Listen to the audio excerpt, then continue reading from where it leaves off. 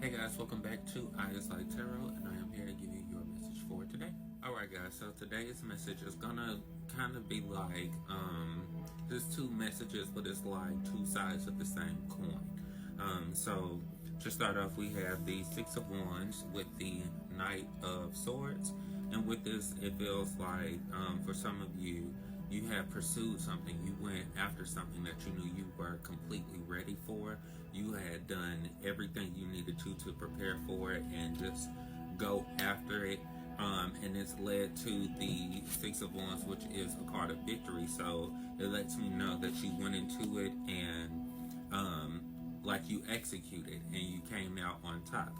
For some people, you may be now in that situation, like starting that pursuing something that you just know that you're completely ready for, and you know that whatever comes your way, for you to be able to obtain this thing, you are like, you know that you can get through it gracefully and come out on top victorious. So it then leads me to the Three of Cups with the Seven of Pentacles. And with this, it just makes me feel like you never wavered. You never questioned that whatever happened, whatever you had to do, like if it was worth it. And now you are celebrating that. You were celebrating that you had that faith in yourself and in the situation that you would end up, reaching that goal or obtaining whatever it is that you were trying to obtain. It then leads me to the Four of Pentacles with the Hermit. I feel like with that, the lessons that you've learned allowed you to be able to be in a place to where your mind and heart are in alignment with whatever this is, whether it's like resources.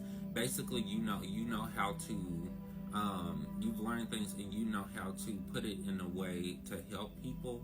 And I feel like that's what the Hermit is kind of saying, like what you've gone through, you know how to articulate it to other people, to be able to tell your story and kind of like show people how to do it, and be successful, like you became successful. If you're starting this, it's more of a, this is what it's going to lead to. You're going into it with full confidence in yourself and knowing that you're going to reach whatever it is that you're trying to reach. And there won't ever be any questioning of it. And again, it's going to lead you to that knowledge, and being able to be in alignment with what you have going on to move right and be able to show that to people and like explain that to people as well. Now, on the flip side of this, I feel like for some, there is a warning of going into this, like with the Knight of Swords. I think he's probably the only knight that you see charging towards something. And if you see like that horse kind of looking like, man, you good, like we really doing this.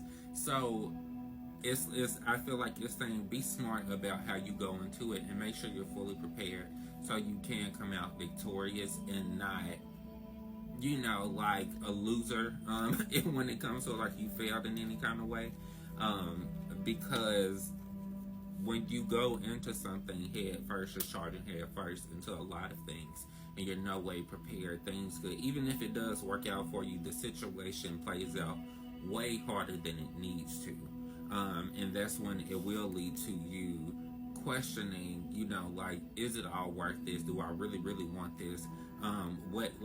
Why am I not having better luck right now? Or why does it seem like everything is, I'm trying to climb like out of the mud, with things. And it could lead you to feeling like you are making, you haven't been making the right choices, and you won't be in alignment, and you'll be kind of in the dark, like feeling like the whole time you're in the dark trying to find your way, and not more so of you've made it through and made the path and you know how to light the way for other people. So you want to just be mindful about whatever it is that you go into, you pursue, especially if you're really passionate about it. I think you owe it to yourself to make sure you do the research you need to and do the proper preparation that you need to. That way, you don't have to worry about piss poor performance. So Now we go to our first oracle card, which is the moon, last quarter moon in Scorpio. Reveal what needs to be seen. And with this, it's saying only tell what's necessary, first and foremost. Like, you don't have to tell everyone everything, but also don't keep everyone from everything at the same time. Share the information that is important to, whether it's a conversation or to a particular person that you're involved with one way or another. Share what needs to be shared. You don't have to give everybody, like, you don't have to give, every single person the same amount of whatever you're giving when it comes to information. Even when it comes to, like, needing to have a certain conversation, maybe an uncomfortable conversation, tell, like, only focus on the points that matter, and keep anything that's trivial, anything that does not help the situation out, because you want to, I would hope, be aiming for a resolution so you can clear the air, and also keep in mind that this may not be the best time. So, if there is something that maybe you feel like needs to be addressed at some point, you should be using discernment and looking at what's all going on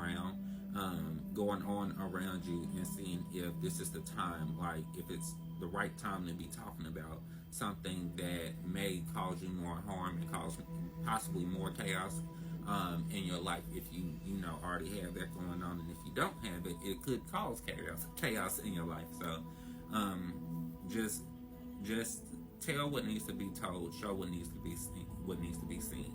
Then we end off with the Swan Spirit card, and with this is like an embodiment of like full-on creativity.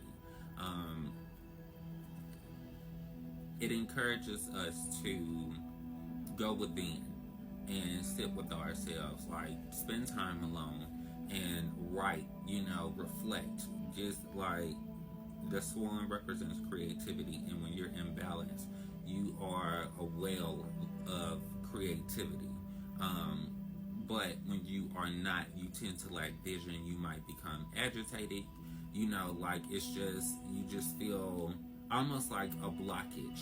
So when you have this card again, if you feel like more of that blockage, it encourages you to spend time alone, to go within, do things of that nature. That way you can pretty much sit with yourself and your inner self and just hear yourself, and leave the external forces and influences out, so you can be able to really tap into that divine creativity that's within yourself.